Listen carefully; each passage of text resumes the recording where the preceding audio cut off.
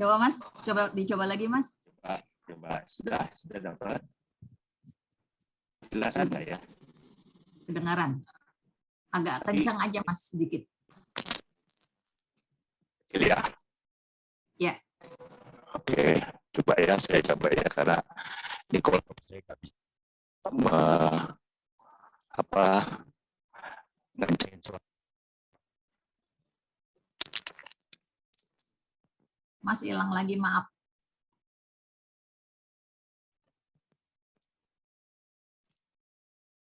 Ya, halo, sudah. Sudah. Sudah, lebih bagus. Ya. Oke. Selamat salam rahayu. Saya langsung aja ya. Hari ini terima kasih saya sudah dijadikan pembuka Sanggar Timur. Ya, awal dari almarhum Rianto. Jadi dengan semuanya lancar. Hari ini saya mencoba untuk mengungkapkan tentang apa sih kejawen dan hubungannya. Agak putus-putus Mas Bagio, mungkin ini. Bisa. Ya, atau di non sewu, coba kalau nggak dipegang mungkin oke kali ya. Ya, udah. Ya, boleh. Ya, oke. Nanti dari earphone. Ini kita mengenal bahwa itu pemahamannya sebenarnya sudah sangat menyimpang. Ya. Jadi kenapa? Karena jarang juga ahli-ahli budaya atau para teman-teman yang di lingkup sastra atau sastrawan yang benar-benar bahwa kejawen itu bukan sesuatu yang bersifat klinik, berdukungan kan gitu loh. Bicara kejawen pasti bicaranya kebatinan, spiritual, yang sifatnya lebih ke klinik, yang ke mistis. Ya.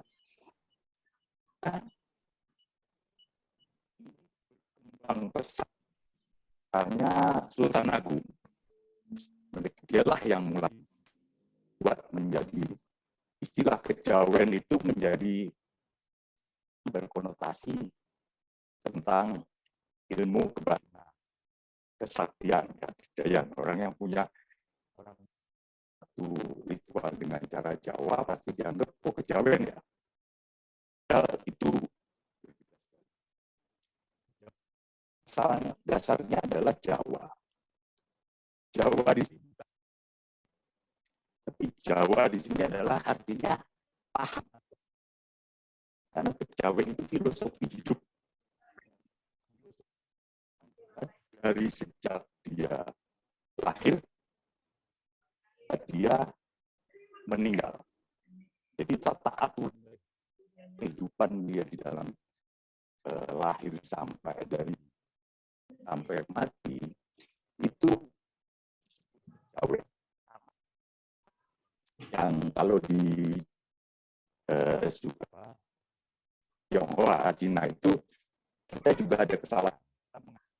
Wushu itu adalah agamanya, adalah komunitas hidupnya orang-orang Cina gitu loh, Tionghoa. Sedang ininya keyakinannya mereka tahu.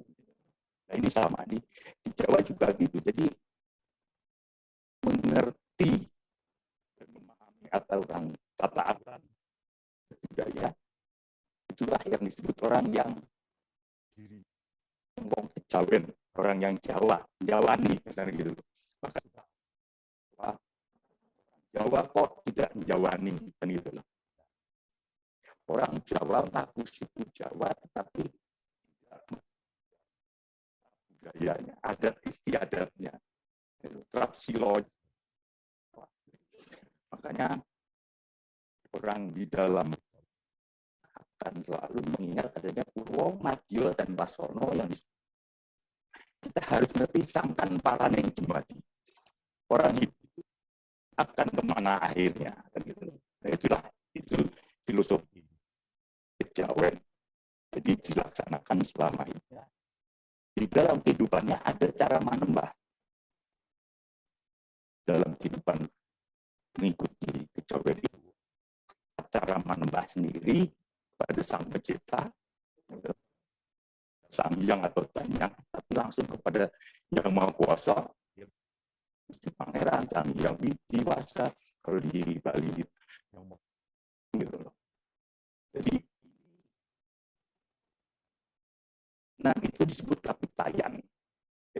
Kapitayan itu suatu keyakinan masyarakat Jawa. Yang Maha itu merupakan sesuatu yang toyo, tidak bisa digambarkan menjadi sosok, gitu ya. Hanya ya bayang-bayang, samar, kosong, dan satu energi atau cahaya terang. Gitu. Istilahnya Gusti Pangeran itu Tankenot Tinot. Nah ini yang menggambarkan bahwa membentuk atau berimajinasi Sang Pencipta atau Tuhan itu adalah sosok yang seperti jadi tahu bahwa dia ada dan dia menciptakan alam jagat alam sifat dan juga dia yang memberikan kita hidup yang apa di dalam kapitayan monoteisme itu berlaku di masyarakat bukan orang Jawa. Dan kapitayan ini berpengaruh oleh adanya agama yang masuk ke tanah Nusantara. Mereka sudah mengenal secara turun-temurun, tidak pernah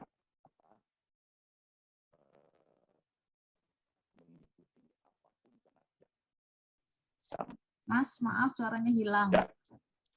Maaf suaranya hilang. Kalau nggak pakai ini gimana, Mas? Kalau nggak pakai earphone? Enggak ya. Tuh.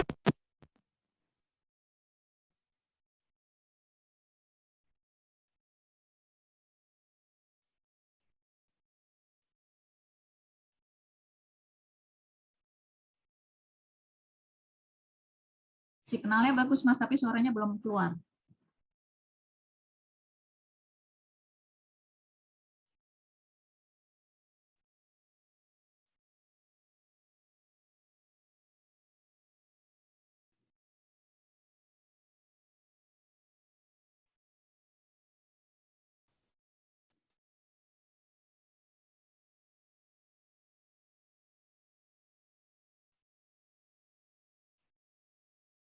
Sorry. Ya udah lebih jelas. Ya. Ya. Dulu, Mas.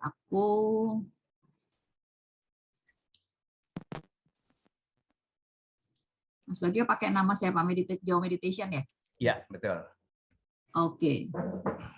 Aku spotlight dulu sekarang. Bentar ya. Kok hilang tadi?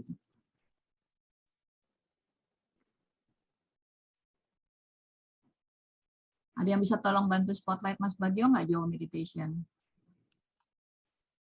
Iya. Oke. Terima terus, kasih. Ya, udah oke Mas suaranya. Oke, jadi mau Ya. dari depan apa? Dilanjutkan aja Mas. Lanjut aja ya. Jadi balik tadi bahwa ya secara ini bahwa kejawen itu filosofi hidup ya di dalam filosofi hidup dari sejak lahir sampai mati itu ada tata cara manembah yang disebut kapitayan, di mana kita manembah kepada Yang Maha Kuasa, dan Sang Pencipta itu atau Tuhan itu tidak bisa digambarkan sebagai sosok, karena kapitayan itu lebih kepada sesuatu yang toyo, samar, kosong, gitu ya. Jadi tidak berbentuk apapun, makanya disebut Gusti Pangeran iku tan kena tinoyo ngopo. Nah, ini yang sangat berlaku di masyarakat Jawa yang masih menjalankan tata cara kapitayan. Dan kapitayan ini juga pun sangat-sangat saat ini gitu ya, itu lebih berkembang. Kalau dulu cuma kapitayan, orang tidak terlalu membentuk sekte-sekte kayak gitu. Tapi kalau sekarang itu dikenal sebagai kepercayaan terhadap Tuhan Yang Maha Esa lah, gitu.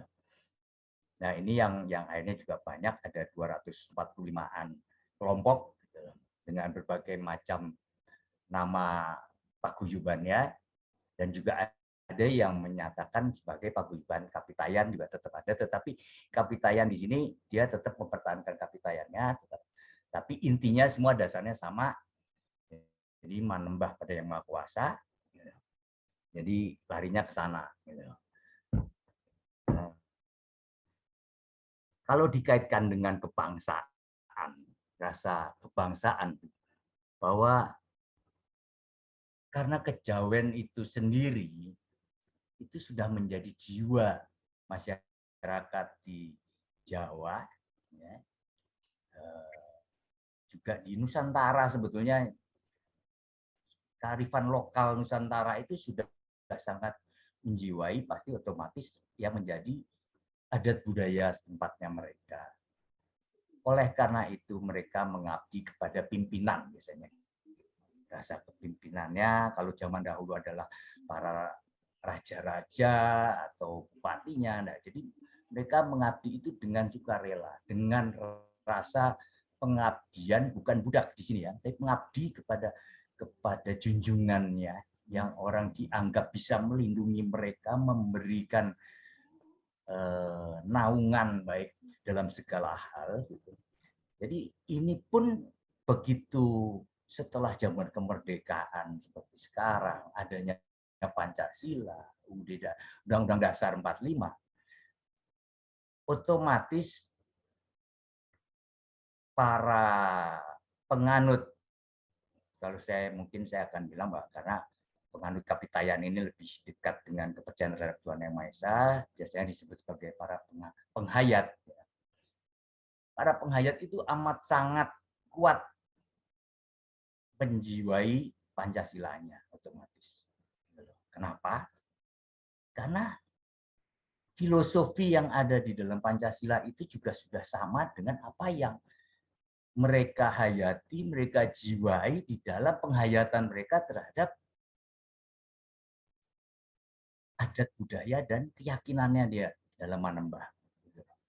Dan kita juga nggak bisa lari, karena apa? Pancasila dengan tulisan Bhinneka Tunggal Ika-nya itu kan juga diperoleh oleh founding father kita, yaitu founding father kita Bung Karno, itu juga mengambil, dia maneges, dia mengambil dari apa yang diajarkan oleh leluhur kita. Bhinneka Tunggal Ika. Bhinneka Tunggal Ika ini kalau sekarang diartikan berbagai macam suku, adat budaya, tapi satu, yaitu Indonesia. Sedangkan aslinya Bhinneka Tunggal Ika Tanhono Darmo Mangduo. Ini sebetulnya Bhinneka Tunggal Ika Tanhono Darmo Mangduo ini itu adalah arti yang sebenarnya itu itu adalah berbagai macam, ya, tetap satu, tidak ada lagi dharma, jadi tidak ada satupun dharma yang berbeda-beda. Jadi ini semuanya adalah tujuannya beraneka ragam, tetapi tetap satu, junjungannya yaitu Yang Maha Kuasa. Dan tidak ada yang satupun dharma itu yang berbeda. Semua bertujuan untuk kepada junjungannya, yaitu Yang Maha Kuasa. Jadi semua bergerak itu berdasarkan kehendak dari Yang Maha Kuasa. Kesadaran atas manusia hidup dari Sang Pencipta. Nah, oleh karena itu, hubungan para filosofi kejawen ini sendiri, para penghayat ini dengan kebangsaan itu sangat erat. Jadi kalau orang bisa mempertanyakan apakah para penghayat itu atau pelaku kejawen ini, ya, kalau sekarang, tapi sebetulnya saya nggak mau lebih ke penghayat. Para penghayat ini sangat mempunyai nilai kebangsaan yang tinggi. Oh iya, pasti. Kenapa? Karena itu jiwa kita, jiwa para penghayat. Dan semua tujuannya para penghayat dan juga masyarakat adat di berbagai Nusantara itu sama kok. Menghayu-hayu Bagyo Bawono. Jadi berusaha untuk membuat bahagianya kesejahteraan dari dunia ini gitu loh. Makanya dasar gotong royong itu sangat-sangat erat hubungannya di dalam kehidupan masyarakat kearifan lokal yang mempunyai kearifan lokal dan yang masih dipertahankan. Dan kita sebagai seorang penghayat yang masih terlingkupi dan menjalankan kejawen itu sendiri, ya tetap melakukan itu. Di sini yang jadi memang tidak bisa dilepaskan bahwa penghayat atau seorang pelaku kejawen itu pastinya dia adalah seorang yang mempunyai nilai kebangsaan yang sangat tinggi, gitu. Dan pasti setia kepada Pancasila, kan gitu. Jadi tidak mungkin mereka akan balelo kalau saya bilang gitu. Nah ini yang perlu dipahami gitu kan. Iya, karena kondisi orang itu banyak salah selalu, jadi konotasinya itu paling gak enak terus terang ini. Kalau kita sebagai penghayat kadang-kadang suka bercandanya tuh gini. Susah ya kalau nonton film atau sinetron atau apapun. Giliran bicara tentang dukun, pasti atributnya Jawa. Pasti menggunakan keris, kan gitu lah. Untuk nyantet lah segala macam itu kan. Selalu dengan atribut Jawa. Akhirnya inilah konotasinya menganggap bahwa kalau orang yang kejawen itu pasti konotasinya jadi mistik, jadi klinik, gitu. Padahal berbeda sekali, amat sangat berbeda, dan itu tidak seperti itu, gitu. Karena di dalam Kapitayan itu sebetulnya bahwa dia benar-benar menambah. Kalau yang benar-benar penghayat yang benar-benar mendalami, akhirnya menggali semakin dalam, justru Kadigdayan itu adalah tingkatan yang paling rendah. Karena dibutuhkan zaman itu, kenapa jadi terendah? Karena itu dibutuhkan untuk keduniawian. Jadi zaman dahulu itu raja-raja itu melakukan itu karena untuk menjaga atau memberikan rasa nyaman, tentram untuk masyarakatnya yang tinggal di dalam wilayahnya, gitu. Jadi dan juga berperang, tetap aja mereka berperang. Jadi kesaktian itu menjadi yang dibutuhkan, menjadi nomor satu. Tetapi mereka tidak berhenti. Makanya kalau kita lihat riwayat di dalam keraton itu bahwa para raja kalau sudah lengser ke prabon, dia akan meninggalkan duniawinya. Dan dia akan melepaskan itu dan dia akan bertapa, bermeditasi, mencari tempat yang sepi, gitu kan, melepaskan semua keduniawiannya, keterikatannya dengan dulur papatnya, gitu ya. Benar-benar menyatukan diri dengan mancernya. Tujuannya apa? Supaya dia bisa kembali kepada Yang Maha Kuasa dalam keadaan yang bersih. Jadi benar-benar tidak lagi ada kemelekatan duniawinya. Nah inilah yang jadi patokan untuk orang-orang yang Jawa gitu ya, bahwa kejawen itu adalah sesuatu yang sifatnya lebih luas, filosofi hidup, di mana orang kalau mengaku kejawen itu harusnya orang yang ngerti, paham dengan hidup dirinya, hidup bermasyarakat, hidup dengan alam semestanya. Jadi tidak menghancurkan, juga tidak mencari musuh sebenarnya kan gitu.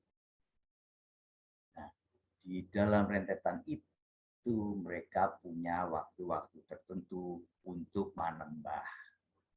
Cara manembahnya macam-macam. Ada yang dengan montro, ada dengan manekung kan gitu. Ada ya dengan topo, poso, segala macam. Itu salah satu cara mereka manembah untuk membersihkan diri. Tapi begitu dia manembah pada Yang Maha Kuasa, itu benar-benar dia pasrahkan, sang pancernya bisa nyambung dengan sinar-sinar Yang Maha Kuasanya.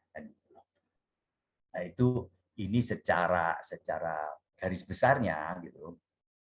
Jadi benar-benar bisa dipahami bahwa kejawen itu bukan ilmu, kan itu ya.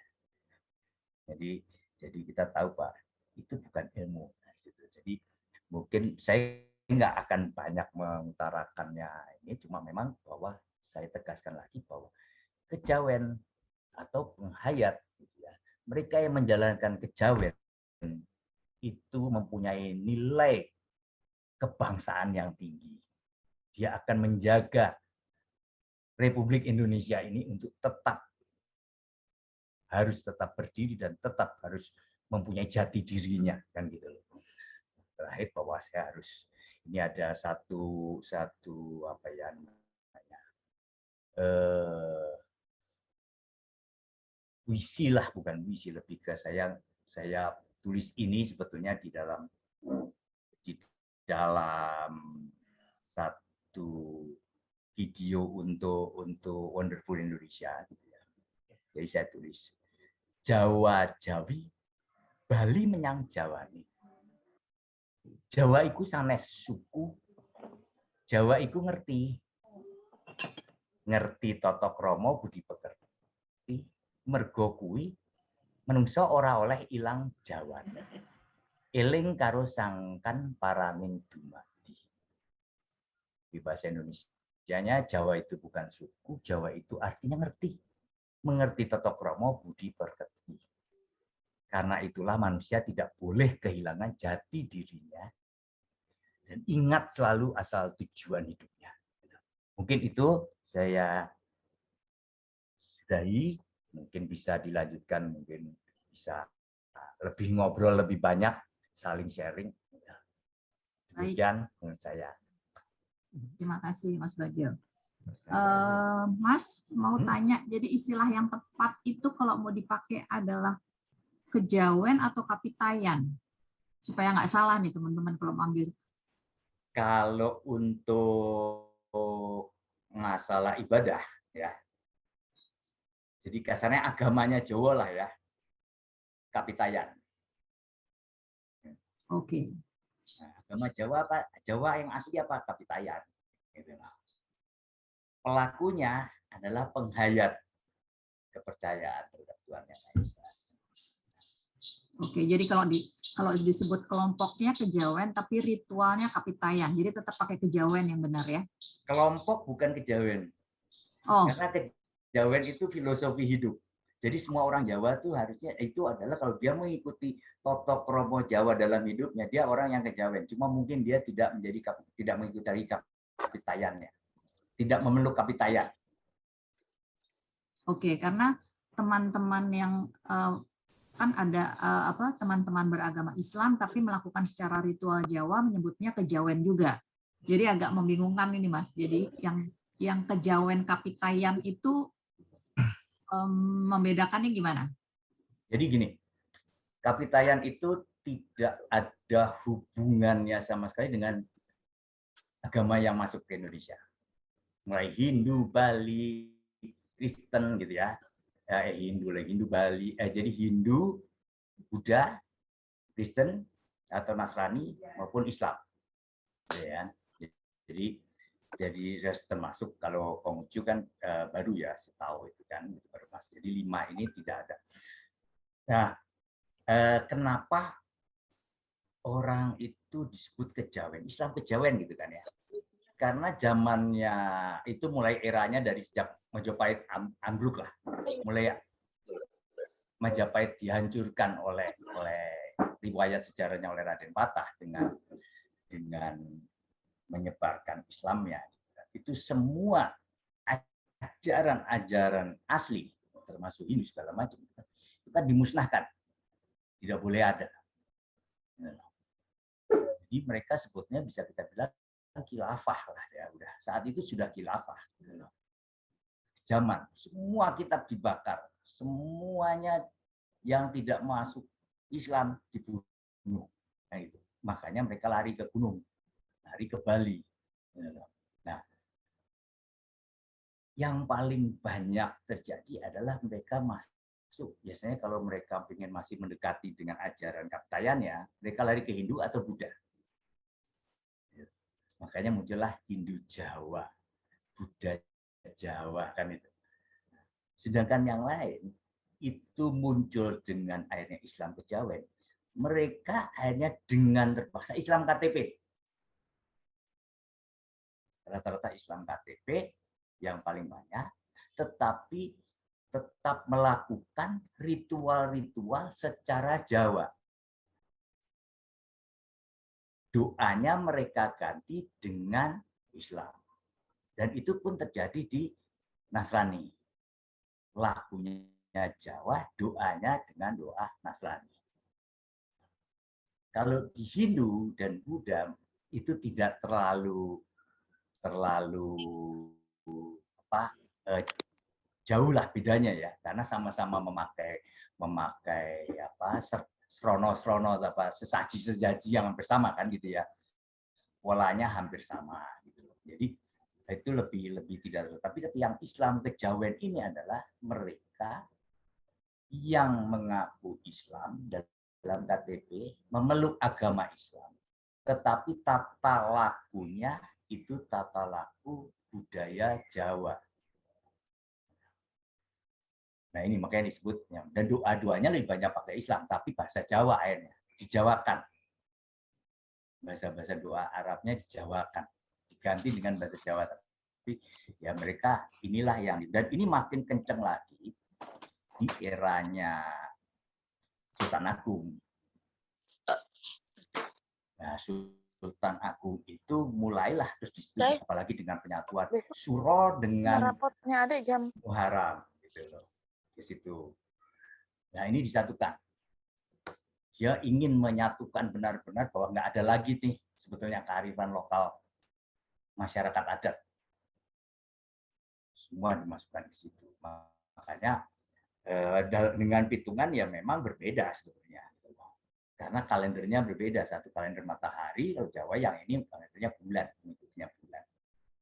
Jadi ada selisih sebetulnya, dan hitungannya juga berbeda. Karena perlu saya kasih tahu juga bahwa ilmu pawukon itu, hitung-hitungan Jawa itu ya, itu usianya sampai hari ini sudah 19.000 tahun sebetulnya.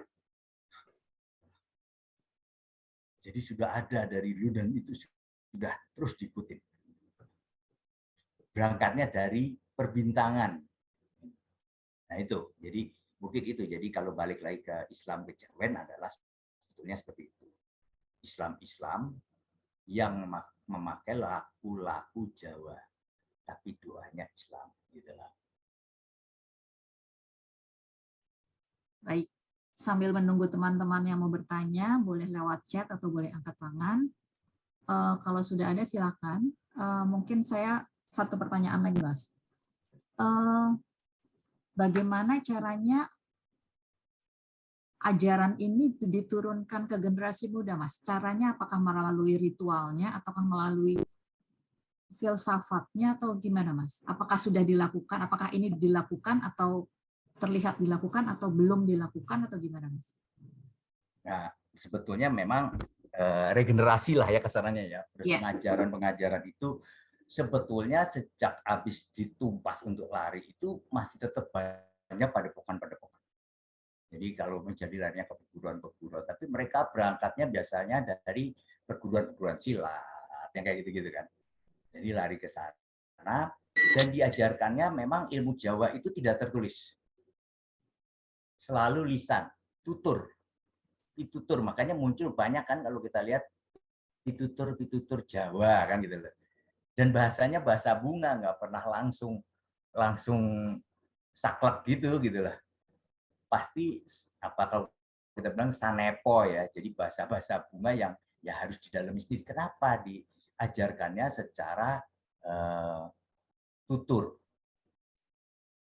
Kenapa? Karena sang guru itu kalau mengajarkan kepada murid-muridnya dengan tutur, masing-masing muridnya akan menangkap sesuai kemampuan dari muridnya. Itu yang dan terbiasa juga akhirnya selain tutur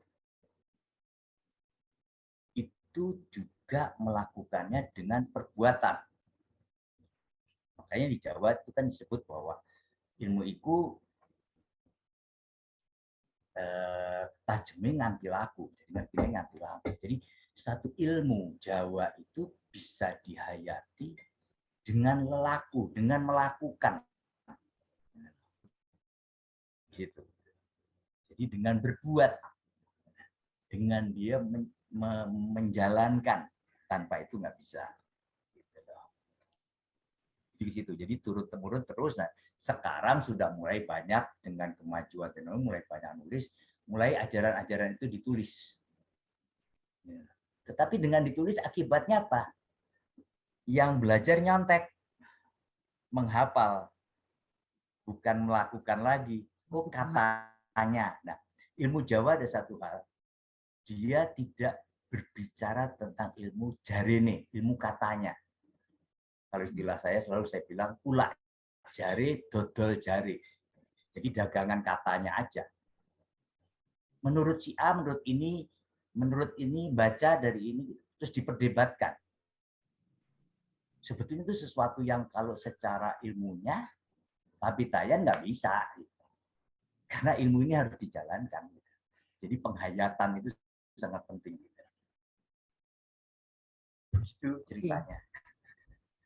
Baik, Mas, ini ada satu yang angkat tangan, Mas Raymond Michael Menot. Boleh silakan buka kamera atau buka suaranya, Mas, untuk tanya langsung ke Mas Bagio.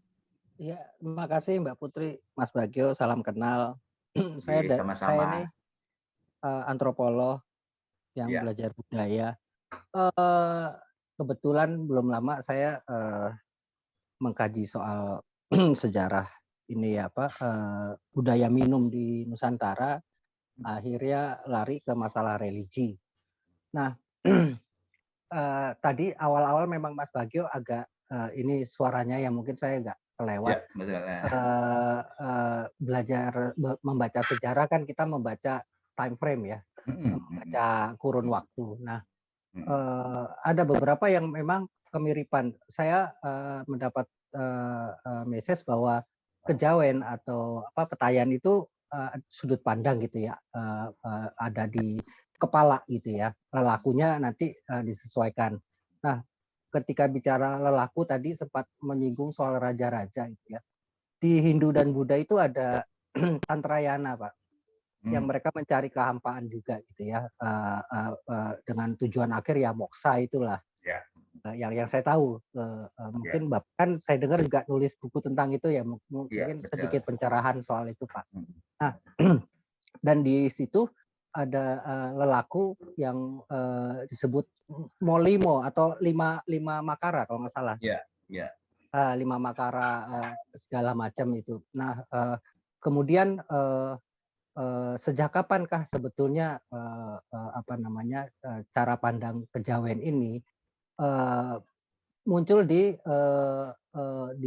Nusantara, Pak? Artinya apakah hanya di Pulau Jawa saja atau di tempat lain juga di Nusantara? Karena kalau saya lihat sejarahnya Hindu ya memang melipir-melipir ya Pak dari India gitu ya. Betul. Sementara ini kalau kami di antropologi Pak, kami memasukkan apa itu namanya kepercayaan atau orang sekarang bilang agama gitu ya. Itu adalah bagian dari kebudayaan karena interpretasi orang manusia, maksud saya, interpretasi manusia terhadap alam, terhadap makhluk hidup, terhadap manusia juga, sehingga apa namanya muncullah apa tadi konsep atau cara pandang, termasuk yang awal-awal dibilang animisme, dinamisme itu kan karena manusia tidak bisa menjawab terhadap suatu gejala dan melihat ada kelompoknya orang di kelompok yang meninggal terus kok tadi nggak apa-apa terus sekarang kaku mati segala macam terus ada faktor mimpi juga sehingga dianggap itu ada spirit gitu ya.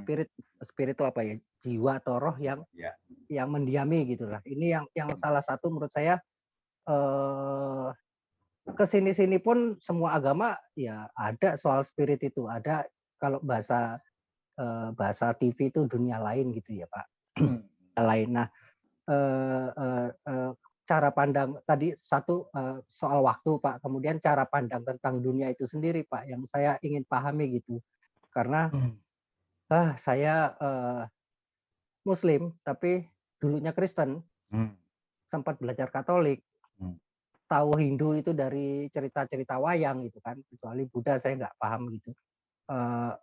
Kemudian bagaimana manusia setelah saya kuliah, bagaimana manusia menginterpretasikan dewa-dewa itu sebagai penguasa-penguasa elemen tertentu dalam kehidupan gitu ya. Ada penguasa angin, penguasa air, penguasa api segala macam. Sementara di pandangan kejawen ini sendiri sebetulnya bagaimana Pak tentang dunia lain itu diinterpretasikan seperti apa sih gitu. Itu Pak. Matur nuwun.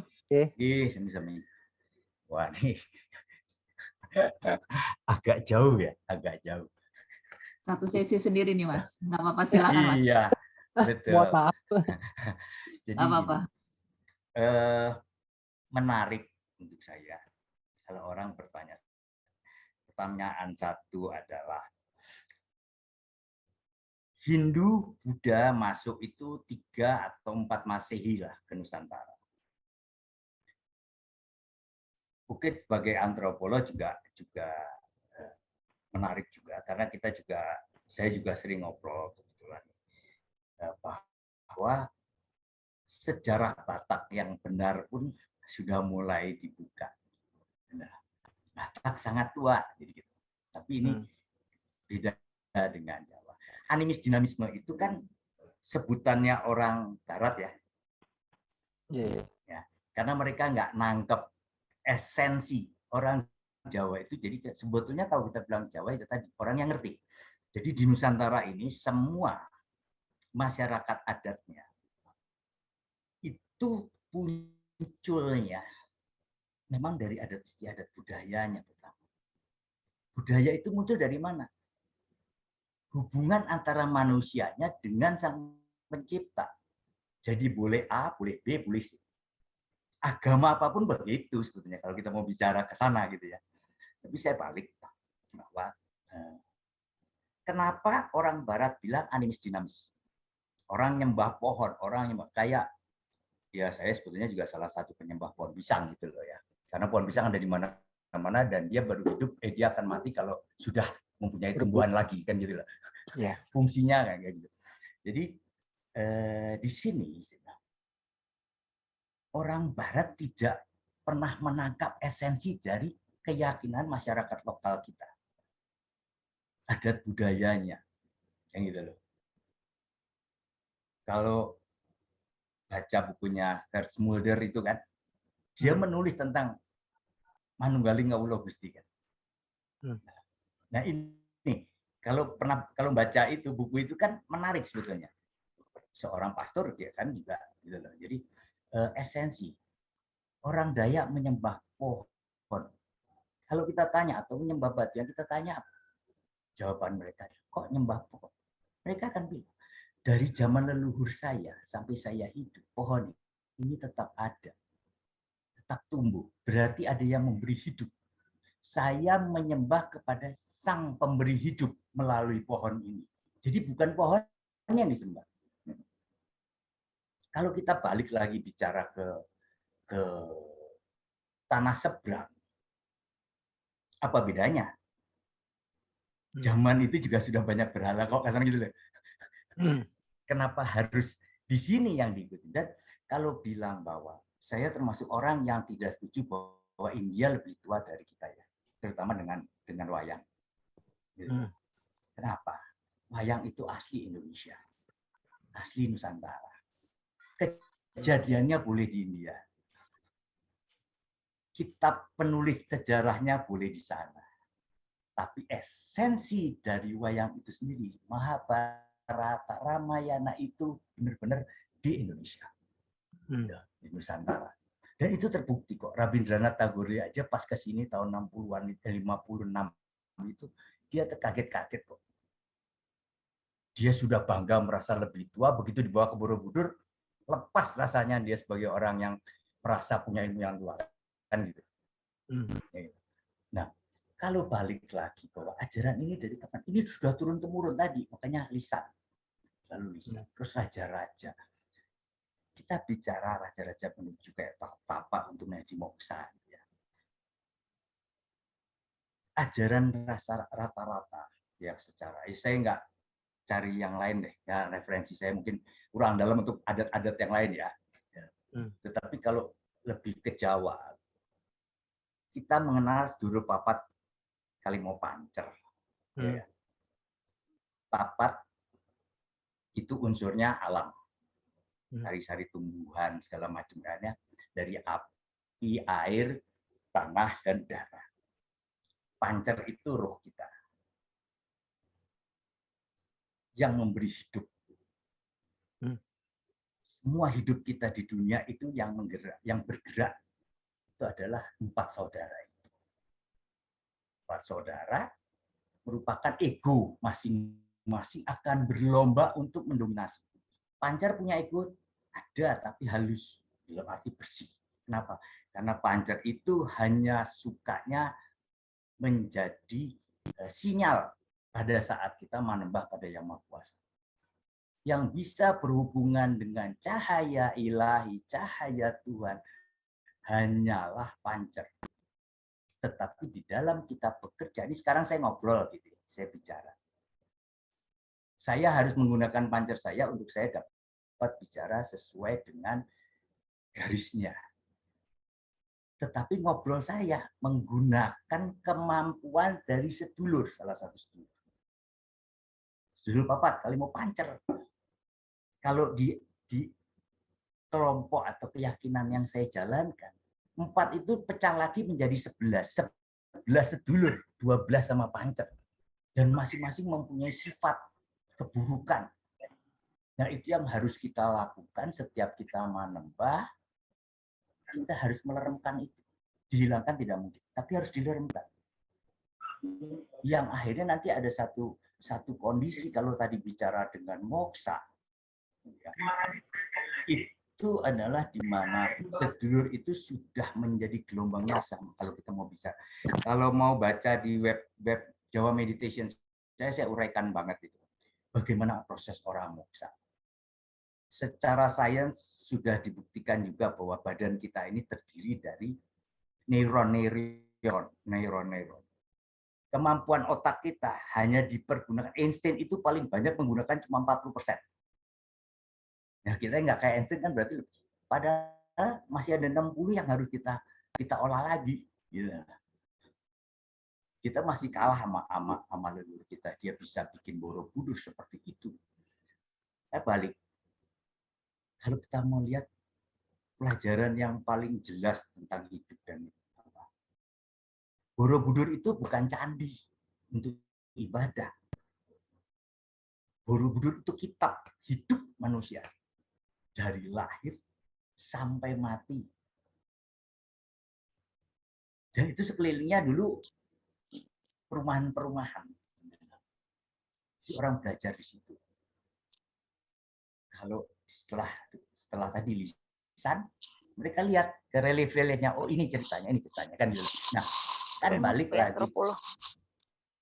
Itu yang sebetulnya mulai diangkat dan gitu. Dan memang proses yang paling penting adalah gak ada ilmu spiritual yang ngolahnya dengan rasa.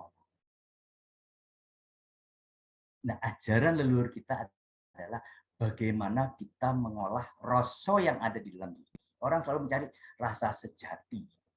Itu. Nah, ini oleh mengenai rasa sejati inilah yang dipelajari oleh Romo Frans Magnus Suseno. Makanya dia sangat tertarik dengan cerita Dewa Ruci, Bima Suci, di mana perjalanan Bima mengenal jati dirinya. Akhirnya ketemu dengan sejatinya, yaitu Dewa Ruci. Proses ini cuma ada di Nusantara. Belanda, kesannya Belanda dulu apa?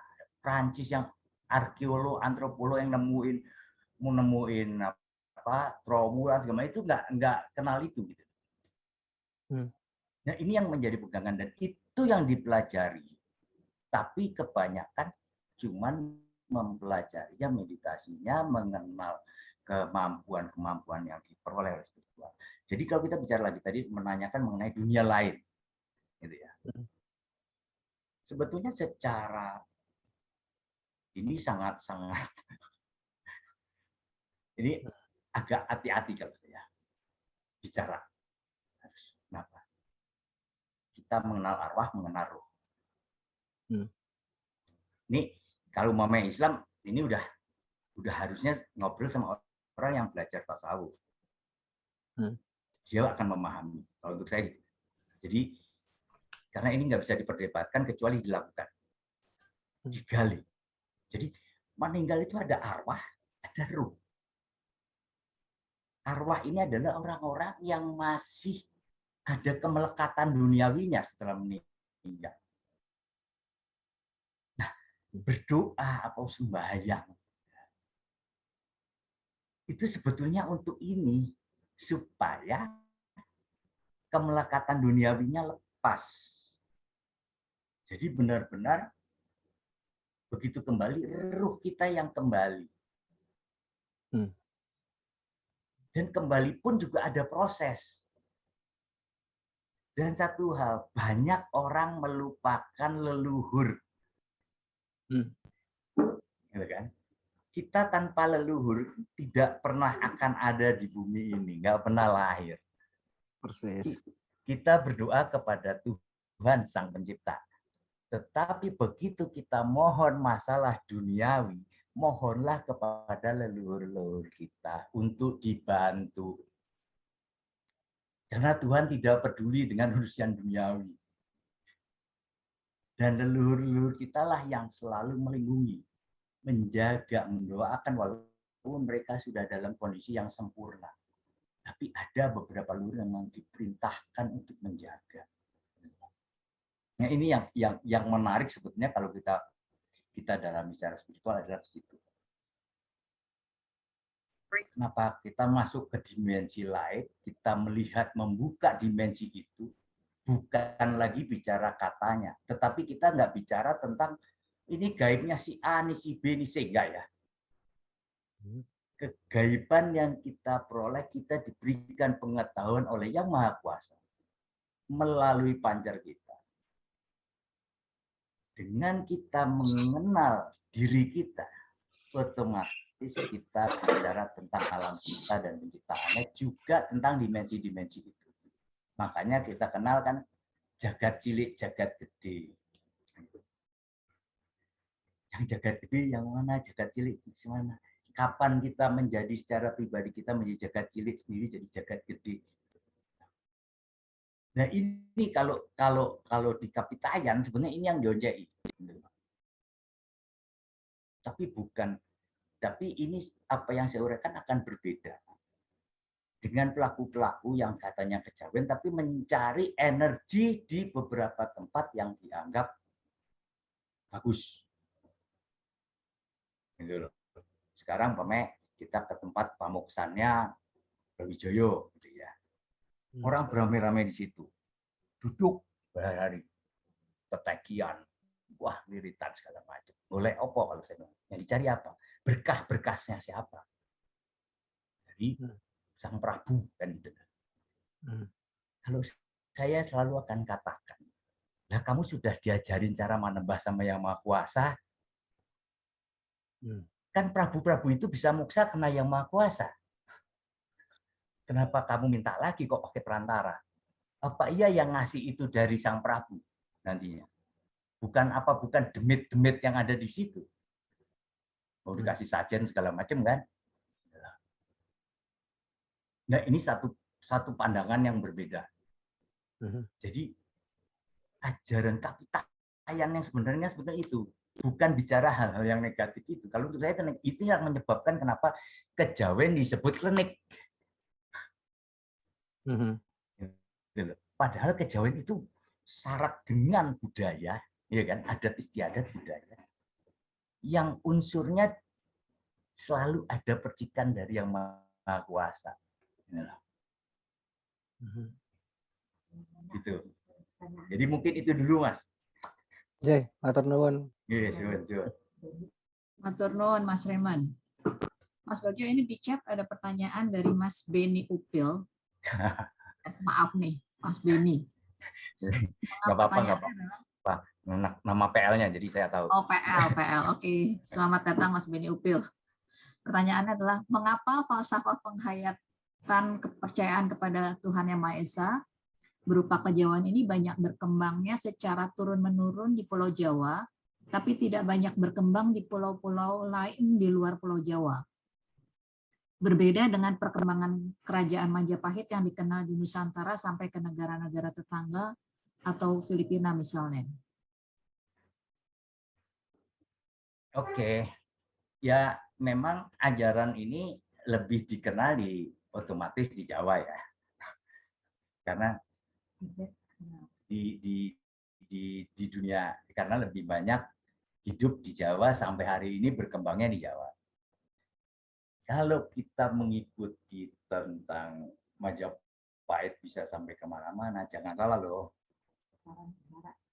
Tibet itu dari lama itu semua mengakui ilmunya Jawa.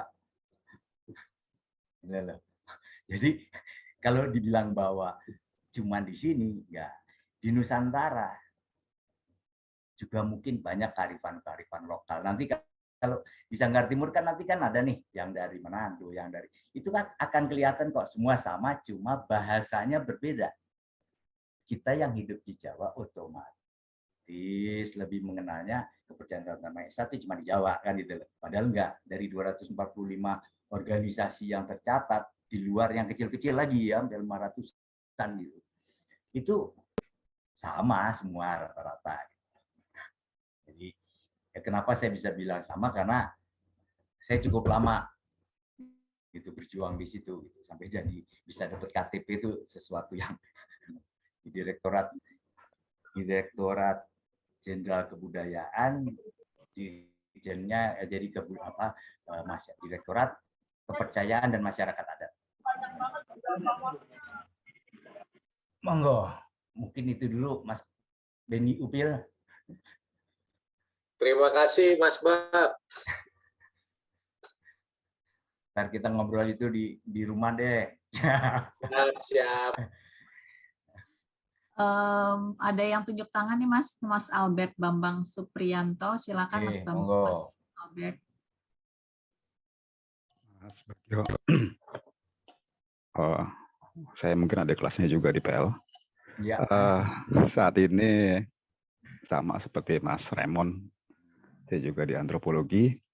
Kebetulan sejak kecil saya dididik dalam tata cara Jawa, tapi saya tidak menguasai Jawa. Tidak menguasai bahasa Jawanya.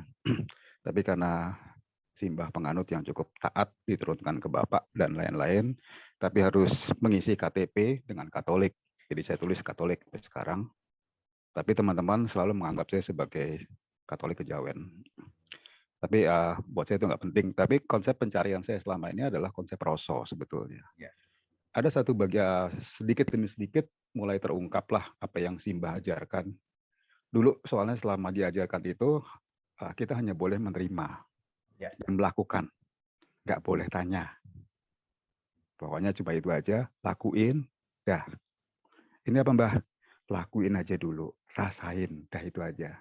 Sampai Simbah sedo, terus diteruskan oleh Bapak, dan akhirnya Bapak juga sedo. Ada satu hal yang buat saya itu masih, sampai sekarang saya masih belum nemuin dari konsep itu sendiri adalah ngarso dalam pangeran.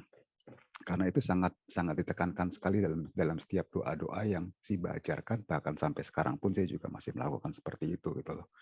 Sebenarnya konsep ngarso dalam pangeran ini sendiri, ini apakah itu merujuk kepada sejati ning setiap orang, atau itu merujuk kepada Tuhan? Karena seingat saya menjelang Simbah sedo, dia selalu mengatakan bahwa konsep itu berbeda. Temui dirimu sendiri, nanti kamu bertemu dengan Tuhanmu.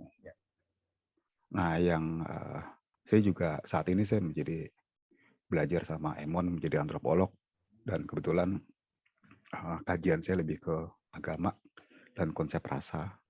Jadi memang saya banyak bergaul dengan berbagai macam pengertian-pengertian agama, ke sufisme dan tasawuf dan lain-lain. Jadi itu membantu saya untuk bisa memahami apa yang Simbah ajarkan dari dulu. Tapi ada satu konsep ini yang saya masih ragu dengan yang ada di pikiran saya. Mungkin Mas Bagio bisa bantu untuk lebih menjelaskan. Terima kasih. Oke, terima kasih. Jadi gini Mas Albert, ya itu tadi basisnya adalah kalau Jawa pasti dulu pepat kali mau pancer kakak kawah di hari-hari kan gitu ya. Bopo angkoso ibu pertiwi kan gitu, ibu bumi kan. Nah, kenapa tadi ada ngerso dalam pangeran, ya kan? Ini sebetulnya kita bicara tentang testing dumadinya sendiri. Ruh kita itu adalah bagian dari Yang Maha Kuasa. Kenapa Simbah bilang bahwa wis dilakoni? Karena kalau diajari nanti kita mengikuti apa yang diomongin oleh Simbah. Nyontek, kita kan keseringan nyontek gitu ya. Jadi itu yang membuat jadi apa? Disuruh selalu ya tadi kalau saya bilang ilmunya ilmu jarine itu nggak ada kan Jawa. Makanya terus jalanin aja. Makanya nggak pernah dikasih untuk nanya, yang sebetulnya setelah ketemu pasti akan bisa kita bertanya sama dia. Mbah aku kok rasanya ngene mama gitu kan dulu. Nah itu bisa. Nah, tapi balik lagi bahwa perso dalam pangeran itu adalah bahwa bagaimana kita bisa mengenal diri kita, sejati kita, yang maha suci kita, roh kita yang dari Tuhan. Otomatis kita juga harus mengenal tentang sedulur yang ada di diri kita. Begitu kita mengenal sedulur, maka kita akan benar-benar murni di dalam kita melakoni. Rasa sejati itu adalah rasane pancer ruh kita. Otomatis dari situlah kita akan mengenal seperti apa sih hubungannya antara kita waktu kita menembah menjadi menyatu dengan yang sinar yang Maha Kuasa. Jadi curigo manjing warongkonya itu jelas. Tapi untuk dapat curigo manjing masuk ke rongkonya itu, ini harus bersih dulu curigonya si kerisnya. Jadi itu intinya sebetulnya kan di situ. Rasa itu rasa yang mana? Karena rasa itu ada rasa kasar, ada rasa halus. Rasa kasar itu apa? Rasa kasar itu rasa yang masih dipengaruhi oleh energi-energi sedulur papat. Rasa halus itu adalah rasa pancer yang sudah disinari oleh sinar-sinar yang Maha Kuasa. Belum menyambung ya, belum gabung, tapi sudah disinari.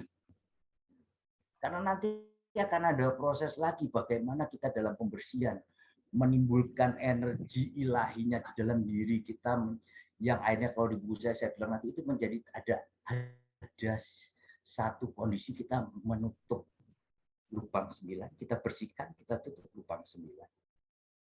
Yang pada saatnya nanti kita harus benar-benar 7 lubang ini benar-benar bersih dan tertutup, tidak terganggu. Putusnya antara rasa dan pangrasa, bagaimana nanti ini merubah rasa dengan cahaya. Cahaya meliputi rasa. Disinilah kita akan dapat, kalau Jawa bilang, ngunduh pakar tining cahya. Di sini kita namanya manunggaling kawula Gusti. Belum nanti ada istilah lagi budak sinumpet, di mana kita menjadi gelembung udara. Di mana itu dalam kita berproses meditasi atau kita dalam manembah, kita dalam laku, kita sudah secara batin kita, secara pancar kita sudah tidak lagi berhubungan duniawi. Seperti putus antara kepala dengan badan, kita seperti tidak punya lain. Ini namanya tigas jonggo. Putusnya antara rohani dengan jasmani. Itu kita sudah sebenarnya masuk ke dimensi yang lain. Dimensi sini bukan Lelono Broto, bukan Rogo Sukmo, tetapi dalam manembah. Jadi cahaya kita nyatu dengan Sang Pencipta. Teorinya mudah, lakunya angel, biasa Mas kalau gitu. Jawa kan gitu. Kasih teori tapi jalaninnya bisa hari ini dapat, kita coba ini, hari ini dapat jam ini. Kita coba lagi setengah jam belum tentu dapat. Karena manusia itu pun cokro manggilingan selalu berubah. Selain alamnya berubah. Jadi ke situ, jadi memang menarik dan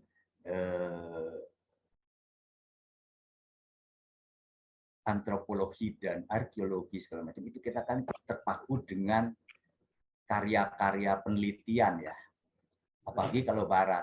Tapi kalau namanya kita bicara filosofi Blavatsky itu beda lagi, karena Blavatsky terakhir hidupnya sebelum dia menulis atau membuka institusinya dia 10 tahun lebih ada di Indonesia dan dia belajar perdukunan. Jadi ini sesuatu yang akhirnya semua biasanya melengkapinya ke sini. Ilmu spiritualnya terakhir pasti di Jawa. Kenapa? Ya tadi belajar rasa. Rasa yang mana? Rasa kasar, rasa halus kan itu. Apa rasanya Sang Pencipta? Karena rasa itu munculnya dari bibit bapak dan ibu. Itu rasa. Menjadi hidup karena adanya cahaya yang Maha Kuasa. Begitu hidup, dia membentuklah tubuh dengan segala perangkatnya, termasuk pikiran. Makanya oleh karena itu, rasa harus menguasai pikir. Jadi rasa meliputi pikir. Jangan pikiran dipakai untuk menguasai rasa. Nah, kebanyakan orang dengan pikir. Jadi dalam meditasi segala macam menangkap sesuatu sasmito, mikir dia nggak dapat biasanya. Dalam arti uraiannya akan berbahaya karena yang bermain pikiran. Padahal itu energinya cahaya yang harus ditangkap oleh rasa. Kalau rasa yang berbicara pasti beda. Itu apa sih semua tuh raja-raja yang bisa waskita satu dunia winarah gitu wis ngerti satu dunia itu karena dengan rasa nangkepnya. Itu mungkin sedikit dulu. Ya, terima kasih Mas Bagio. Mungkin someday kita bisa bicara lagi untuk karena ada beberapa pengalaman rasa nih yang harus didiskusikan supaya bisa clear, supaya nggak bermain-main dengan pikiran. Nah, betul. Sulit Berto, kita suka nggak pakai perasaan soalnya.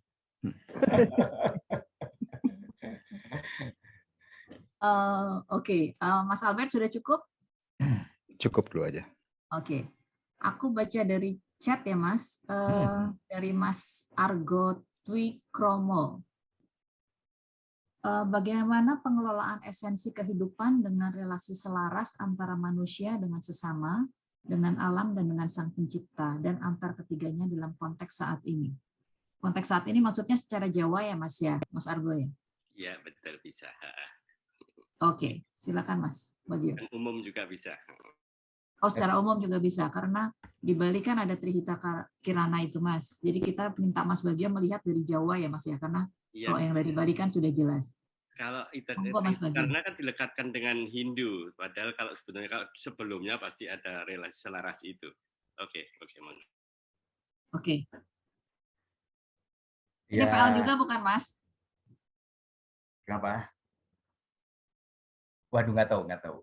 Belum Oke. tahu. Nah, Silakan. ya, kalau memang penyelarasan kita balik bahwa di dalam ajaran Jawa Kapitayan itu otomatis di dalam pengolahannya akan menjadi selaras dengan alam, selaras dengan hubungan dengan kemanusiaannya gitu. Kenapa? Karena balik kita menyadari semua unsur-unsur yang ada dalam tubuh kita ini kan berhubungan dengan semua yang ada di alam. Makanya kenapa kita harus meleremkan sedulur supaya bisa selaras menyatu, dan pada saat nanti kita meninggal, energi-energi yang dari alam ini otomatis bisa kembali ke alamnya dengan lebih baik, lebih cepat habisnya. Makanya kalau mau balik, kenapa dilakukannya dengan ngaben? Kata itu sebetulnya proses mempercepat penghancuran tubuh. Sedangkan energi ilahinya menekan langsung keluar. Kalau dia terlepas dengan energi alam semestanya.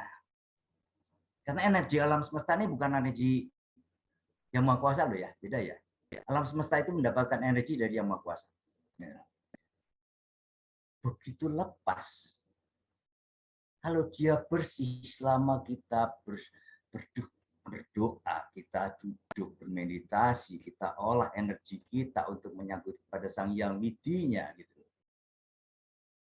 Energi ini, badan kita dari dulur-dulur ini secara otomatis juga sebetulnya menyatu dan menyamakan frekuensi dengan energi alam semestanya.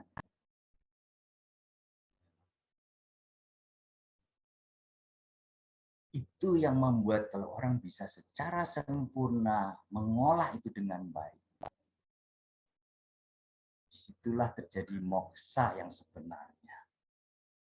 Moksa itu bukan berangkat dengan badannya, ruhnya naik kembali, pancernya kembali kepada Yang Maha Kuasa. Badannya melebur sesuai dengan unsur-unsur yang ada di alam semesta ini. Pure. Itu moksa yang sebenarnya. Jadi kenapa ini saya bisa saya bilang seperti itu? Karena saya meneliti itu. Jujur aja saya harus bilang, apa yang saya bilang ini saya meneliti seperti apa toh.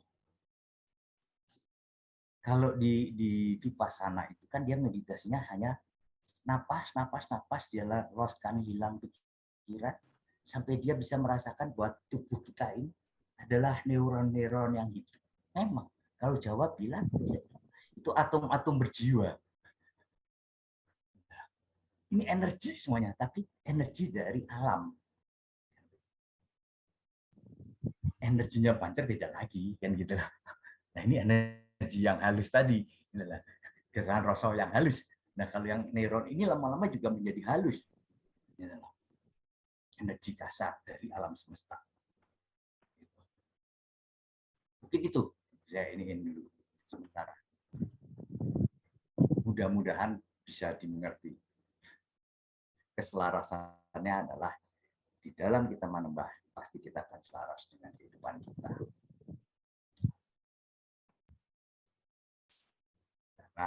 Karena paling lagi kita menjalani hidup ini semua adalah mengikuti tuntunan dan pancaran sinar Yang Maha Kuasa baru kita jalan. Jadi kalau kita menembah itu rasonya harus utama. Pangrosonya, tapi logika kita tetap rasional, kita harus tetap ada kesadaran untuk melakukan pengecekan benar atau tidak. Tapi kalau kita bekerja dalam sehari-hari, pangrosonya, pikiran kita, semua ini harus dikendalikan oleh rosok, oleh pancernya. Jadi dia jadi size. Nah ini yang harus dilakukan. Jadi otomatis keseluruhan ini, keselarasan ini akan muncul. Dan itu yang bisa saya jelaskan untuk saat ini lah ya. Baik, Mas Argo, apakah sudah cukup? Oke, terima kasih. Mungkin banyak yang bertanya. Mungkin lain waktu ada kesempatan kita ngobrol bareng. Monggo.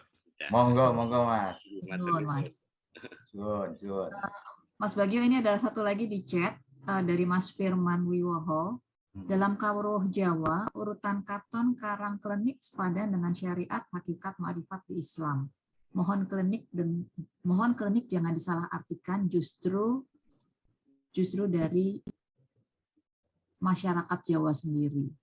Apakah ada komentar Mas bahwa katon karang klenik itu seperti syariat hakikat dan ma'rifat di Islam?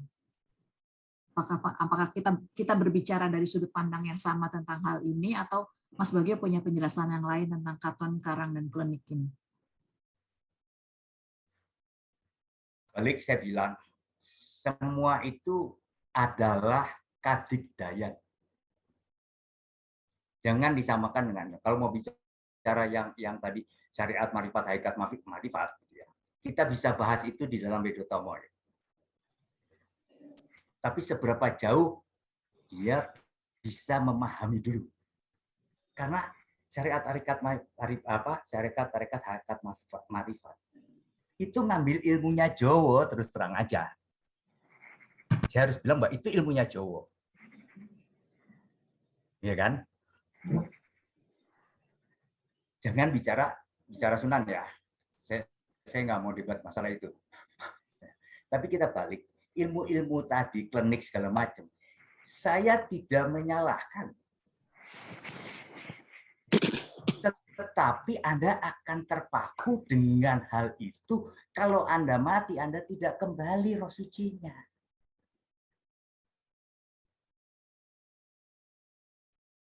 Itu level paling bawah.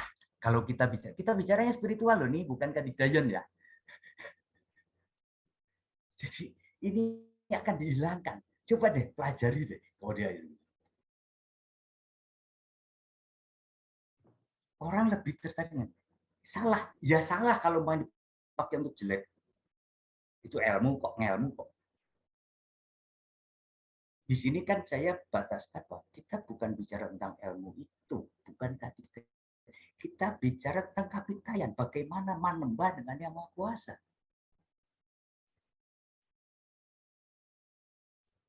Tuhan tidak menanyakan ilmunya apa, kue sakti kaya apa.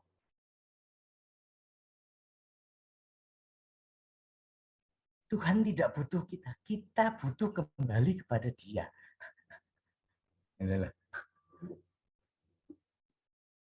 Ini sesuatu yang sudut pandangnya beda. Mungkin kalau saya bilang, Pak, yaitu dia memakai Islam yang kejawen tadi, Bu. Kalau saya bertanya, di masyarakat Jawa, masyarakat yang mana? Oke, kita mau lihat, ambil dari mulai keraton. Kita oncai satu-satu. Paham nggak mereka dengan Widotomo? Widotomo itu bukan tulisan mengenai agama. Tapi Mangkunegoro IV menulis itu mengingatkan anak-anaknya. Mbok, kowe sinau Jawa. Kowe nglakoni paham Jawa. Gitu lah. Ajaran luhur itu jauh lebih tua, tinggi, tapi kita kan nggak sempat ngejarnya.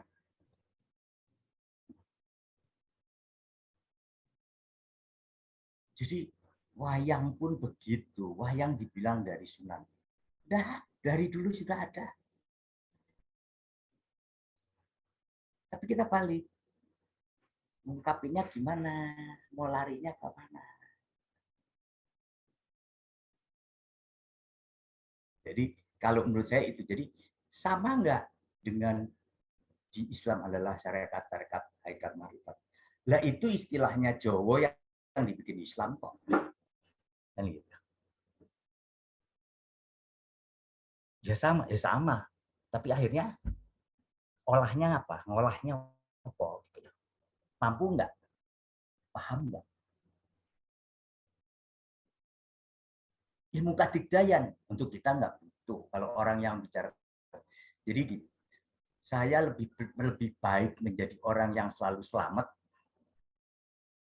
daripada adigang-adigung adiguno kan gitu loh.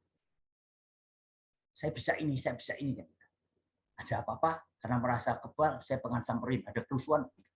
Tapi beda kalau kita yang selalu manembah, kita mohon keselamatan. Begitu ada kerusuhan, pasti ada yang nyelamatin dalam hari menghindari. Mas, jangan lewat situ, lewat sini aja, itu ada kerusuhan. Nah, ini ilmu selamat. Beda ya. Beda sekali gitu. Kesadaran diri sejati, kesadaran pancel yang tidak terombang-ambing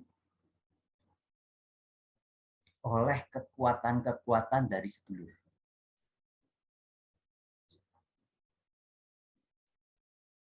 Ya ini yang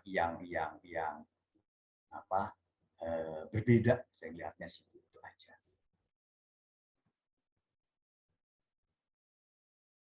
Walaupun tidak bisa menerima pendapat saya, nggak apa-apa gitu loh. Ya, saya cuma ngajarin bahwa ini loh Jawa, gitu loh. Jawa yang benar-benar manembah gitu aja. Kita di sini berdiskusi, jadi silakan diartikan masing-masing dan diterima masing-masing. Kita di sini berdiskusi, saling memperkaya sudut pandang. Begitu Mas Firman ya. Silakan, ada yang mau tanya lagi sebelum saya mungkin nanya yang terakhir kalinya atau mau minta Mas Bagio? Saya boleh Sebentar, Mas. nyambung. Oh, sebentar Mas Reman. Mas Januar tadi katanya mau nanya atau mau diserahkan ke Mas Reman dulu? Mas kalau boleh nanya dulu, Silakan. Ya, Mas Bagio, atur nuwun penjelasannya. Pertanyaan saya sederhana. Yang pertama ini karena tadi udah dibabar ya mengenai Jawa itu bukan sekedar pemahaman suku. Kira-kira keliru nggak ya Mas kalau saya menggunakan bahasa Jawa termasuk waruhnya dan Jawa itu sebenarnya way of life ya. Bahkan way of life-nya itu tadi Mas Bagio terakhir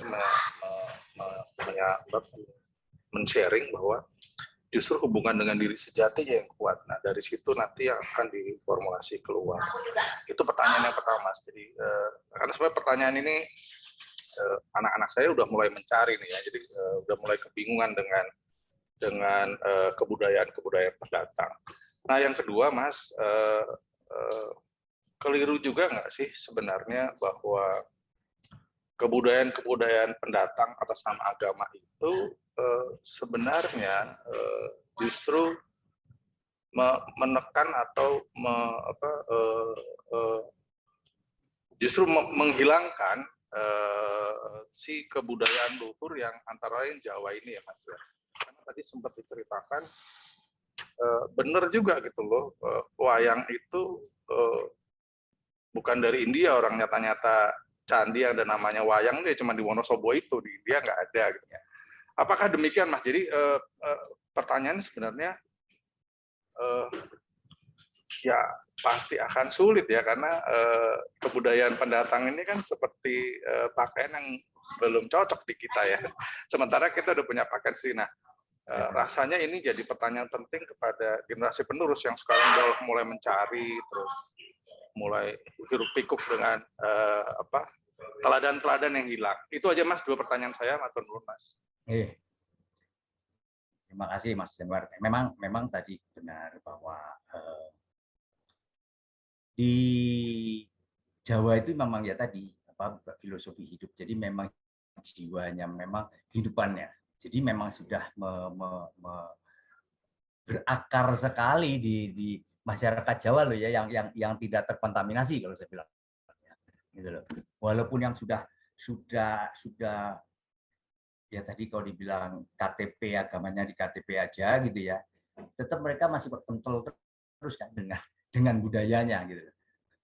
Nah, itu yang membuat jadi orang itu dengan adanya KTP mulai boleh, perkawinan bisa, pendidikan sudah ada, ajaran penghayat segala macam. Ini membuat masyarakat yang ingin kembali menyatakan dirinya adalah seorang penghayat, seorang kapitayan, itu bisa berbondong-bondong karena merasa sudah mendapat perlindungan kan gitu ya. Nah,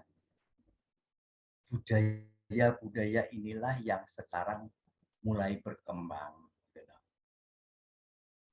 Jadi apa sih kita harus tahu, karena agama membawa budayanya, iya pasti, kan gitu loh. Makanya disitulah kalau kita bicara Sabto Palono Tenggo kan sebetulnya mulai dari awalnya dulu gitu, perjanjian itu kan, silahkan menyebarkan agamamu di sini, tetapi jangan pernah merusak budayanya yang ada di sini. Kalau sampai merusak budaya yang ada, berarti agamamu bukan agama yang baik. Karena agama yang baik tidak akan mendobrak budaya. Karena itu sesuatu yang berbeda. Kalau kita bilang pakaian. Kebaya indah, sanggulan tuh indah. Saya kadang-kadang lihat teman pas lagi pas sanggul, saya suka lihat sunggarannya. Saya suka bilang, Mbak, yang nyunggarin siapa? Api. Coba. Sesuatu keindahan. Budaya kita seperti itu. Kalau kita mau lihat lagi ceritanya. Ken Arok tertarik sama Ken Dede cuma ngelihat betisnya karena jarinya tersingkap angin. Kan gitu loh. Dia cuma lihat betisnya yang kuning mengkilat seperti wah gitu loh. Langsung jatuh cinta kan gitu loh. Ya. Ini sesuatu yang memang berat Mas Jono. Karena serangan medsos ini sangat gencar ya. Gitu loh. Dan budaya-budaya kita juga semakin hilang. Apalagi kalau kita lihat kayak mungkin ini juga di sini pasti ada mas-mas yang dari ISI atau di Solo atau Jogja. Kita melihat betapa banyak orang-orang asing yang belajar budaya Jawa, belajar tradisi Jawa. Tahun lalu benar. Itu ada mungkin ada yang ngikuti juga. Satu sarasehan di University of Jerusalem, Israel. Membahas budaya Jawa dan bahasa Jawa. Dibuka dengan mocopatat dan wayangan Bima Suci. Pembicaranya 20 orang, isinya semua bule. Dan kebetulan dari Indonesia, satu. Dan itu orang bule, tapi sudah menjadi warga negara Indonesia. John Peterson. Ini orang yang sangat saya salut. Karena dia menerjemahkan buku-buku aksara Jawa ke Latin Jawa. Itu ininya sastra.com, ininya webnya dia. Susastra.com itu bagus sekali dan gratis dan dia tidak dibiayai oleh siapapun. Setelah diterjemahkan buku-buku itu dia serahkan ke Perpustakaan Nasional. Dia mendapatkan buku itu dari sahabatnya yang meninggal. Nggak ada yang mau, akhirnya dia ambil, dia bawa ke Australia. Di Australia dia mikir ini punyanya orang Jawa. Tapi dia terjemahin dulu, dia balikin semua ke Indonesia. di kita nggak ada kan kepedulian itu gitu. Karena dianggap kalau belajar ilmu leluhur itu kuno. Padahal gamelan sangat indah kan gitu. Filosofi wayang sangat dalam kan gitu. Jadi ini yang mulai dengan cerita kayak gini. Saya punya ponakan yang dia dulu desk kartunisnya Kompas. Dia suka bikin anak-anak, suruh bikin, ada yang bikin komik wayang tapi modern. Gitu lah. Gak apa-apa tuh dia. Dia bimbing. Tapi begitu anak-anak yang baca mulai suka, akan mencari kan kayak apa sih cerita sebenarnya, gambarnya seperti apa. Nah, baru mulai. Jadi ini sesuatu yang memang kita sendiri sebetulnya yang harus terus mengajak anak-anak kita, memberitahu, ngajari filosofi ini apa. Dari yang gampang-gampang dulu. Pasti kok, saya yakin justru karena kebangkitan kearifan lokal ini, terus terang untuk yang ingin menghancurkan negara kita, ingin merusak budaya kita, semakin kencang itu aja.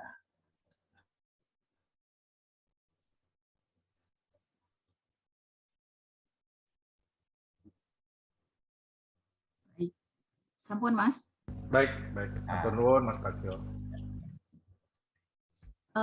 Kita punya waktu tinggal sebentar. Mas Reman mau dilanjutkan pertanyaannya atau saya boleh lanjut kepada yang lain dulu, Mas Reman?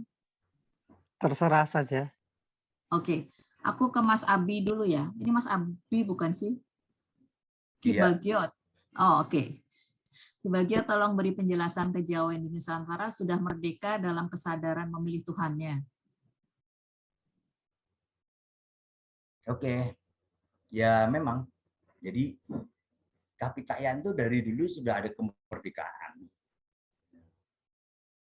Jadi ya tadi karena Tuhan kan sudah sesuatu yang toyo. Jadi kalau menganggap bahwa saya menganggap Tuhan saya adalah si A, saya menyebut Tuhan saya dengan nama A, itu bebas dari dulu juga. Apalagi sekarang sebetulnya.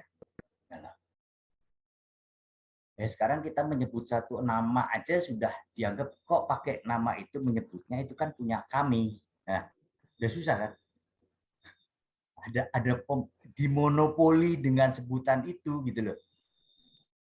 Kan aneh gitu.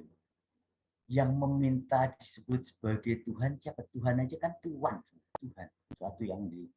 Tapi makanya orang di kita dulu mengenai menyebutnya dengan Sang Hyang. Sang Hyang, sembah Hyang, menyembah kepada Hyang Maha. Tapi kita nggak akan bicara dengan kita sudah merdeka, sangat merdeka. Yang menghalangi oknum yang ada di pemerintahan. Kenapa saya bilang begitu? Karena saya ikut berjuang cukup lama, 15 tahun lebih untuk kita bisa mempunyai KTP-nya ditulis itu aja udah. Waduh, halangannya banyak. Belum perkawinan. Belum kematian. Berapa banyak seorang penghayat dikubur atau beberapa penghayat dikubur di makam umum, diangkat, dikeluarkan hanya dengan alasan bukan seorang muslim. Nah, akhirnya kita bilang apa yang salahnya KTP-nya atau dia meyakini keyakinannya kan itu. Jadi akhirnya ya sudah lebih baik dibakar aja, lebih gampang. Tapi kremasi kan nggak mau kalau KTP-nya masih muslim, pasti menolak karena pernah digeruduk sama FPI, jujur aja, diprotes. Ya keluarganya yang punya mayit aja nggak, jenazah aja nggak protes kok, gitu loh. Kok orang lain yang protes? Jadi kita kan gitu lucunya, yang protes selalu orang lain gitu. Nah ini yang jadi sebetulnya sudah mulai merdeka. Nah, disinilah kita yang harus mulai saling bergandeng tangan. Kita harus bongkar ini. Ini kita kebinekaan. Kenapa menjadi ada SARA? Kenapa harus ada dominasi dari agama? Tuhan tidak mengkotak-kotakan manusia, soalnya mengkotak-kotakan. Dan itulah. Dan kita bisa berbahagia, kita bisa merdeka dalam kita menembah. Apapun yang dipakai sarananya untuk menembahkan gitu. Selama dia tahu maknanya ditujukan kepada Sang Mencipta. Dia kasih sajen untuk penguasa. Ini kan supaya tadi, kalau tadi yang supaya selaras antara manusia yang di bumi dengan energi yang ada di alam itu. Oh, dia ya butuh kita ajeni kalau Jawa gitu. Disuguhkan. Ya, inilah kan gitu loh. Di situ. Ini itu mungkin itu untuk Mas Januar tadi, Mas. Ya. Mas Abi juga, bisa. Mas Abi juga, ya. Mas Bagio, penutup nih Mas. Ya. Mas Reman, ya. Mohon maaf ya Mas Reman ya, nggak keburu lagi Mas, kita tinggal punya sedikit. Apa-apa. Ke rumah aja Mas, ngobrol. Neng di rumahnya Pak? Radio dalam. Oh iya, boleh. Teman-temannya banyak tuh, tanya Mas Albert juga tahu tuh Mas. Mas Bagio, di dalam ajaran kejawen ini, berdoa atau kidung itu kan dianggap sebagai suatu doa gitu ya Mas ya. Apakah ada doa untuk negeri Mas? Kalau ada, apakah boleh Mas Bagio bawakan sedikit dengan artinya? Gitu ya. Kembali ke topik Mas. Oke. Ada sebetulnya gini. Kalau di Jawa biasanya kidung-kidung itu sifatnya ya tadi tembang-tembang yang mengingatkan. Sebenarnya ajaran, gitu ya. Ajaran seperti kayak tadi mau kita bicara ilir-ilir pasti sunansi ini. Sebetulnya enggak, ilir itu dari dulu. Jadi artinya bisa lebih dalam lagi. Ono corok segala macam itu sudah ada dari dulu. Karena ada tembangnya juga sebetulnya tentang jati diri segala manusia. Nah, tembang itu suka dipakai untuk mengiringi seseorang kalau dia mau duduk mantep ngadep kan itu ya, supaya pikirannya tidak kemana-mana, gelombangnya masuk dengan energi pancernya. Itu biasanya dibacakan tembang di awalnya semua sampai nanti setelah kurang lebih 10 sampai 15 menit biasanya sudah. Dan orang yang bagus nembang, suaranya juga bagus. Kalau kita biasanya bicaranya kan frekuensi otomatis kan. Kalau frekuensinya pada saat dia menembang, kalau untuk pengantar itu tuh memang kita harus hening dulu, hening, rasakan baru. Karena itu menyebarkan gelombang yang kita tembangkan akan membantu yang pada meditasi atau itu bisa masuk ke energi itu. Mungkin saya bacain satu pupuh aja ya, awal aja ya. Karena biasanya tembang itu rata-rata 2 atau 3 pupuh. Monggo Mas. Satu pendek aja juga ya. Boleh Mas. Ya, pendek juga boleh. Nah. Biar kita bisa membayangkan Mas, rasanya tuh bisa didapat Mas. Ini Dandang Gulo, judulnya Pangruwating Superto.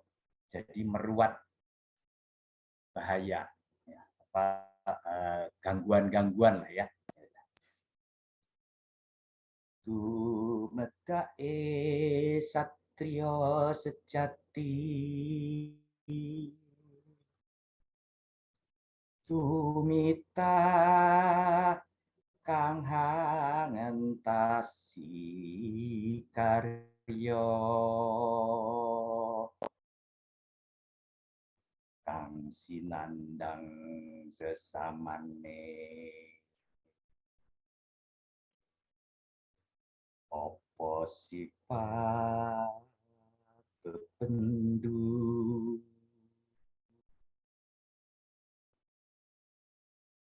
uga katunan ing pagerti,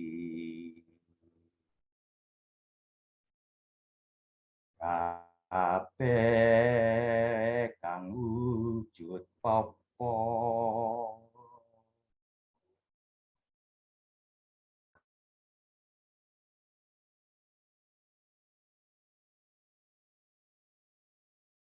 keparengket lan sakwarni sukerto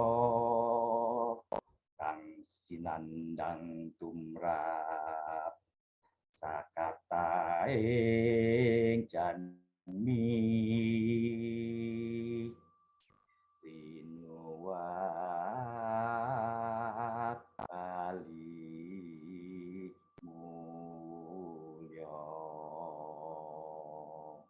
Ini satu buku. Jadi artinya seorang satrio sejati tampil ya, di mana keberadaannya untuk menyelesaikan tugas yang diderita oleh sesamanya, baik yang berupa hukuman atau peradilan dari Yang Maha Kuasa. Juga kesalahan dalam tingkah laku perbuatan, semua yang berbentuk penderitaan berkenan untuk diselesaikannya, serta segala gangguan yang menimpa terhadap semua manusia diruat kembali menjadi tentram dan bahagia. Itu. Matur nuwun Mas, matur nuwun. Baik, terima kasih banyak teman-teman. Mohon maaf kalau ada yang belum bisa bertanya malam ini karena memang keterbatasan waktu. Minggu depan kami punya acara dengan topik yang sama tapi dari sudut pandang Sunda Wiwitan dengan Kang Ira. Jadi silakan bergabung lagi. Kita akan mencoba mengangkat 9 kelompok penghayat dari seluruh Indonesia, dari barat sampai ke timur.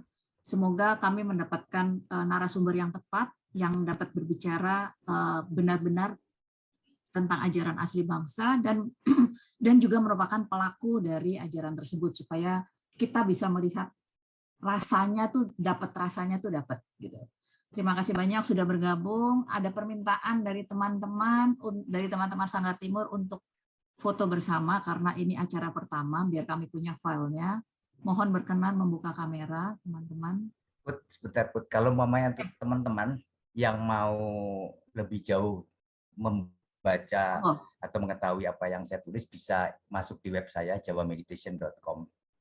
Terus juga mungkin Facebook sekalian juga ada page-nya ya Mas ya. Betul. Sekalian juga saya mau mumpung di sini gitu ya.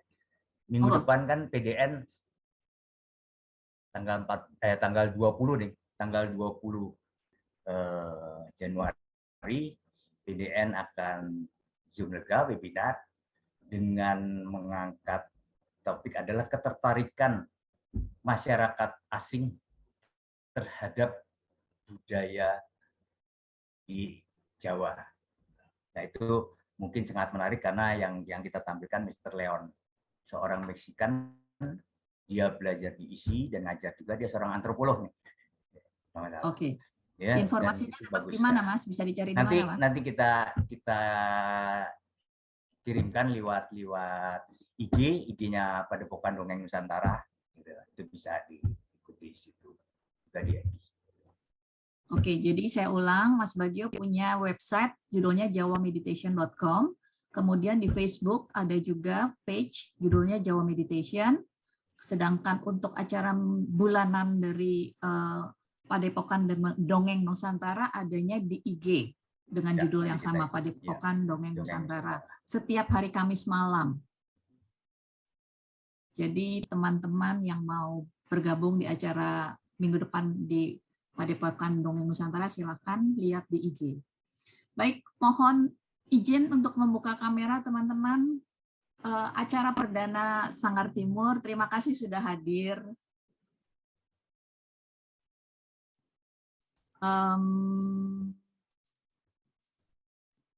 Ini, ya, kita pakai galeri. Silakan Mas Januar, tolong bantuannya. Baik, mari ada 2 halaman. Halaman pertama, smile, yang manis.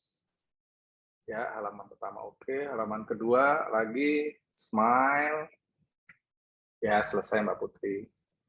Terima kasih. Terima kasih banyak teman-teman. Sampai bertemu minggu depan dengan Kang Ira Indra Wardana dari Sunda Wiwitan. Matur nuwun Mas Bagio. Jangan bosan ya Mas. Ya. Alamatnya sama Mbak Putri. Alamatnya nanti ada di IG Sanggar Timur Nusantara Mas. Nanti kita blast juga informasinya. Tapi kita pakai linknya yang sama Mas. Setiap hari Jumat malam jam 19.30 sampai 21.30 di link yang sama. Oke. Terima kasih Mas Bagio, terima kasih Sanggar Timur. Terima kasih. Rahayu. Mas Didet apa kabar? Ya, matur nuwun Mas. Terima kasih Bagio. Kabar baik Putri saudaraku tercinta. Rahayu. Mas Bagio tuh PL76 loh Mas Didet. Monggo mampir ke Radio Dalam. Ya, saya adik kelasnya Mas. Saya senior banget, Mas Bagio. Oh, iya. Saya 10 tahun di bawah Mas. Wah, 86 ya? Iya.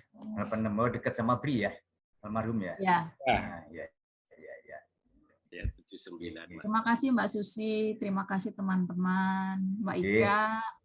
Makasih Put, makasih Mas Bagio. Iya, kasih. Makasih Eksi, makasih Mbak Esti.